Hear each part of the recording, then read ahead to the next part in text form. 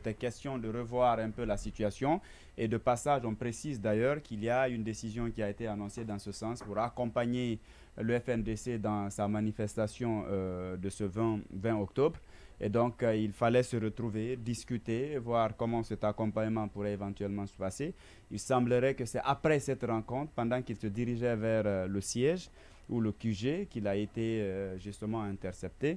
Mais on sait tous, ça avait été dit à un moment donné, on disait même qu'il y avait une liste de cadres qui serait recherché, un nombre un peu élevé qui serait recherché, et parmi ces, la liste même avait, à un moment donné, s'était retrouvée sur les réseaux sociaux, et sur laquelle on pouvait voir le nom de l'honorable Tsilou Badé et d'autres cadres même de l'UFDG, mais aussi de la classe politique. Je pense que ça n'apaise pas un peu la situation. Pendant qu'on cherche à apaiser les choses, pendant qu'on cherche à dialoguer, pendant qu'on cherche à décrisper un peu la situation, si on procède à des arrestations de cette manière-là, je crois que ça pose problème.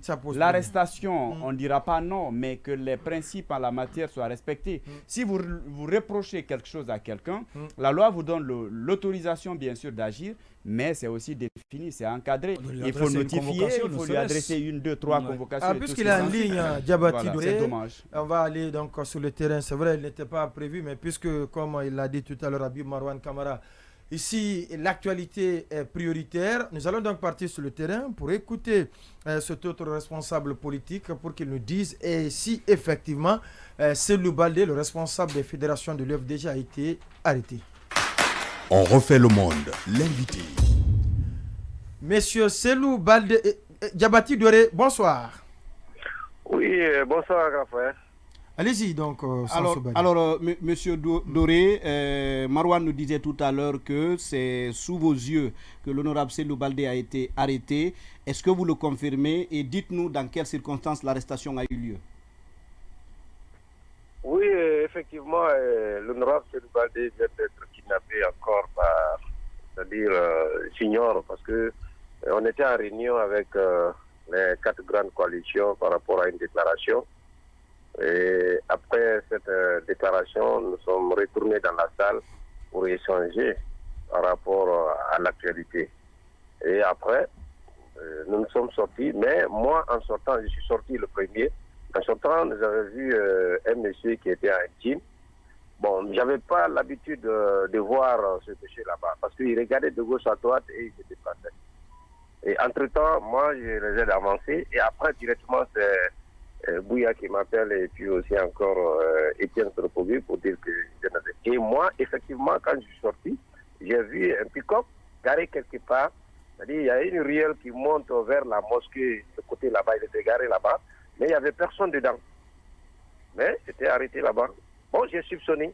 Après, j'ai appelé pour dire que, j'ai dit, bon, je ne comprends pas. Mais effectivement, le monsieur, après, moi, je me suis retourné pour demander les gardien. J'ai dit, mais le monsieur qui était en Guinée, est-ce que vous le connaissez? Il dit non. J'ai dit, mais d'habitude, quand les gens viennent, il faut les demander pour ce qu'il était là. Parce qu'il était assis là-bas, et puis souvent, il baissait la tête, mais bon.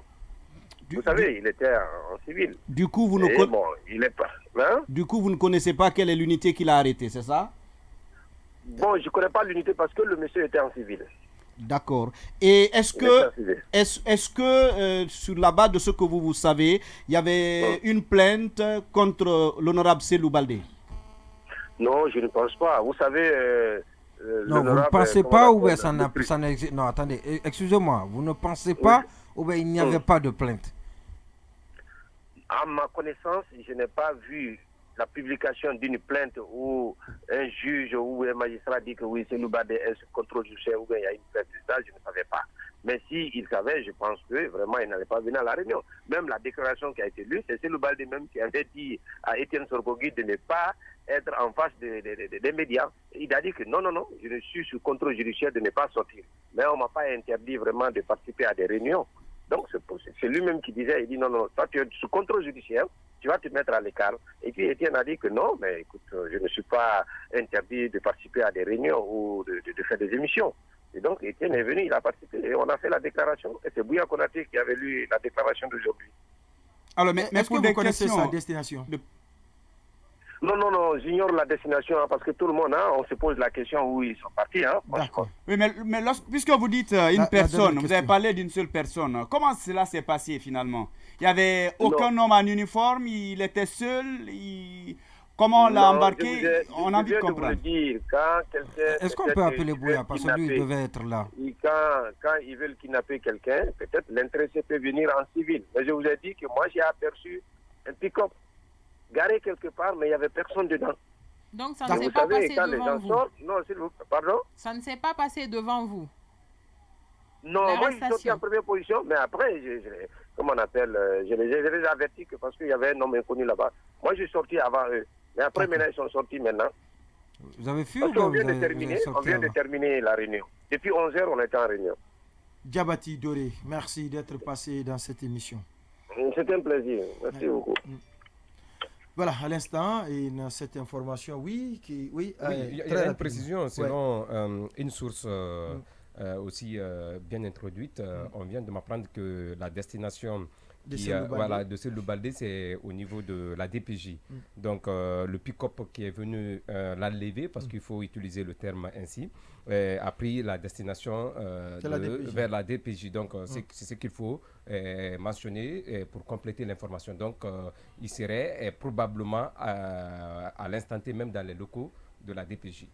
Puisqu'on abordera tout à l'heure les questions liées au dialogue, certainement on reviendra sur cela. Et de passage, mon frangin Ousmane Kondé aussi, qui vient de nous dire qu'il nous suit depuis Sigiri. Alors, on va, Lamine Moïma Sissé, la CRIEF, l'affaire Sogimap ZMC, c'est bien demain.